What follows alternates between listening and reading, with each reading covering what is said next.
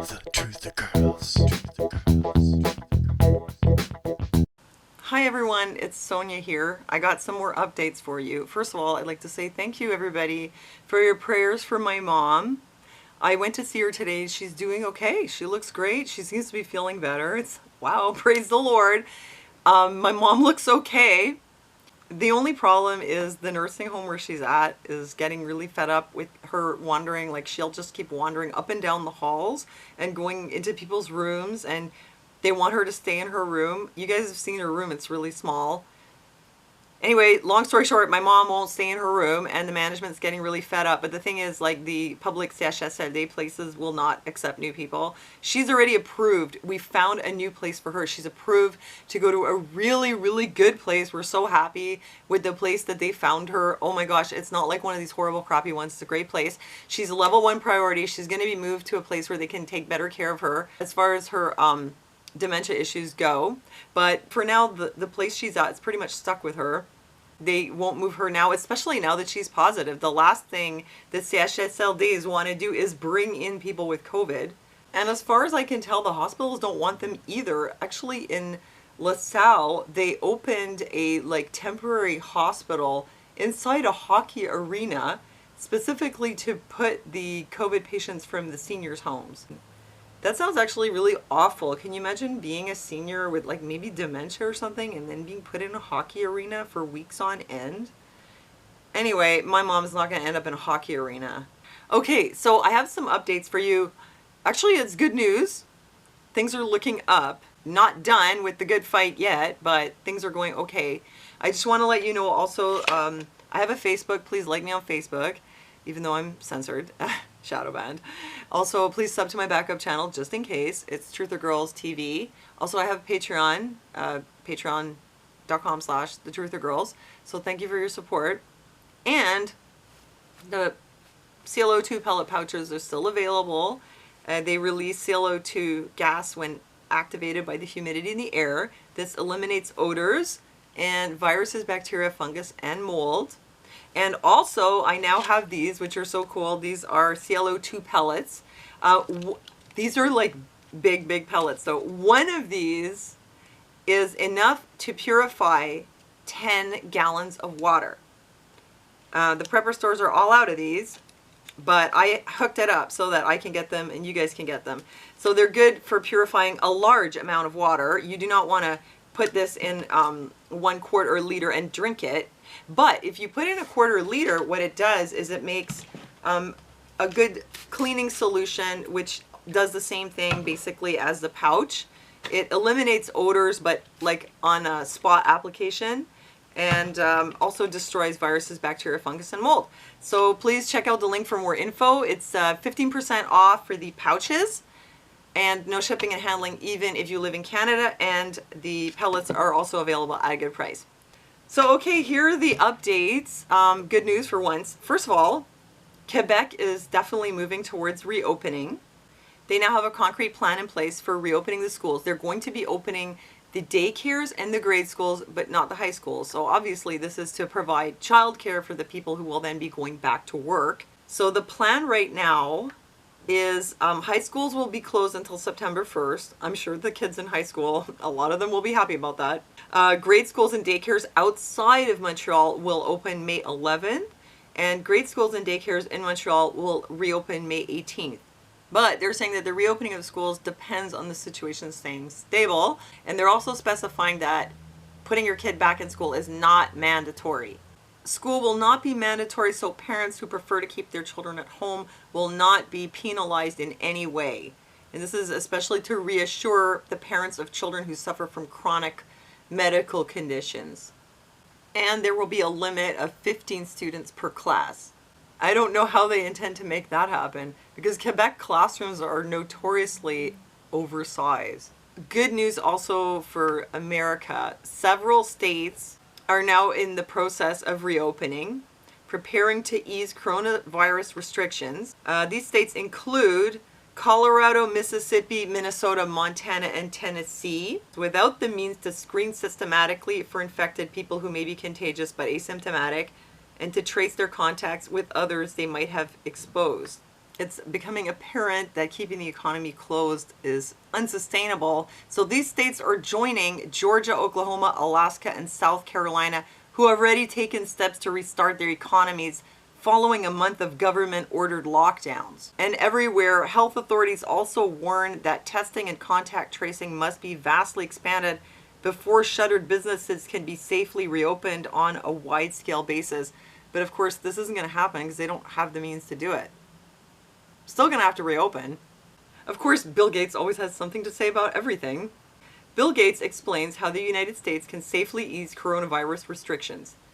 It's like, since when did Bill Gates become the doctor of the whole world? Well, I'm sure that Bill is really disappointed right now that things haven't worked out the way he would have liked, with everyone having to stay in lockdown until we get that great vaccine and the little tracker thing to know who's been vaccinated. I mean, wow, that would have been really great. Imagine how safe we would be. Bill Gates apparently says he has been losing sleep. He would lie awake at night thinking about the possible pandemic that could befall the world. And then here it came. This pandemic is like a world war, except we're all on the same side. I think he was probably losing sleep because the wheels were turning about how much money he would make and how he would make it, and how his plans to rule the world will finally come to fruition. And he was so excited he couldn't sleep. That's probably the real reason. Anyway, what Bill has to say is the ability for parts of the United States to safely and effectively begin to lift coronavirus restrictions will depend on the country's capacity to aggressively test for and trace new cases of the virus, which obviously they're not going to be doing. They don't really have the capacity for that. I mean, that takes effort. You have to have a lot of tests, and you have to really be willing to put the work in to find out who's sick, and then figure out who they've been in touch with. And, you know, it's way down the line, cat's out of the bag. That didn't happen in the first place, and it's probably not going to happen now. Anyway, coronavirus outbreak testing in US prisons finds huge asymptomatic population. Once again, as mass COVID-19 testing expands in American prisons, large numbers of inmates are showing no symptoms. In 4 state prison systems, Arkansas, North Carolina, Ohio, and Virginia, 96% of 3,277 inmates who tested positive for the novel coronavirus were asymptomatic, according to interviews with officials and records. Wow, that's out of 4,693 tests that included results on symptoms. Well, that's impressive. And that backs up this whole thing about it being safe to reopen. I mean, wow, 96%. I kind of think that like prisoners and street people and drug addicts are somehow like supernaturally resistant to getting sick or something. I don't know. Because here are the homeless people in Montreal also. They're not doing social distancing at all. And oh my God, you guys, I've heard, I haven't been there myself, but I've heard from people who've been in the metro that it looks like a scenario from The Purge or something like that. Like there's tons of people in there. It's like, it's really weird. It's like from Soylent Green, you know, where they're all on the stairs. Apparently it's like that in the metro. Absolutely no social distancing. And yet we haven't seen some kind of massive outbreak in the homeless. You know, lots of people dying. Like it just hasn't happened. Maybe because they all smoke cigarettes. And that's the secret. Nonetheless, in spite of all this evidence, the WHO still says the worst is yet ahead of us. Oh, really? The head of the WHO raising new alarm bells about the pandemic, just as many countries are beginning to ease restrictive measures. Yeah, because those countries are looking at the actual data and they're doing something sensible. WHO Director General Tedros Adhanom Ghebreyesus didn't specify exactly why he believes that the outbreak could get worse. Some people, though, have pointed to the likely future spread of the illness through Africa, where the health systems are far less developed. Yeah, I'm pretty sure that is going to be the same rule for the rest of the world as it is here, that most people will have asymptomatic infections. Actually, there's a weird thing going on where even though it's spreading in India, they haven't had like a whole ton of hospitalizations and deaths. So maybe there is something to the idea that it's not going to be as bad in hot countries. Well, we don't know.